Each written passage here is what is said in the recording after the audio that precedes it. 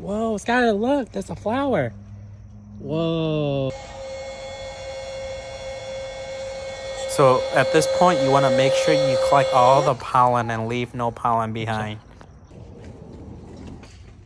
Get that. So this is the pollen from a different variety, and it's good for 30 days, and you want to take it out and leave it on the counter and let it dry for 30 minutes before applying.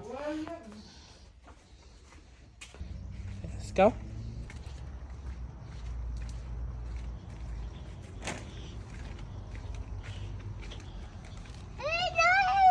Whoa. You want to dip your brush into the pollen. And then you want to brush onto the stigma.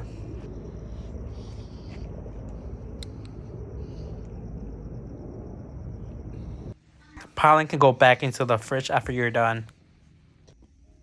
The last step is to collect the pollen and store it overnight and put it in the fridge tomorrow. Thanks for watching, guys.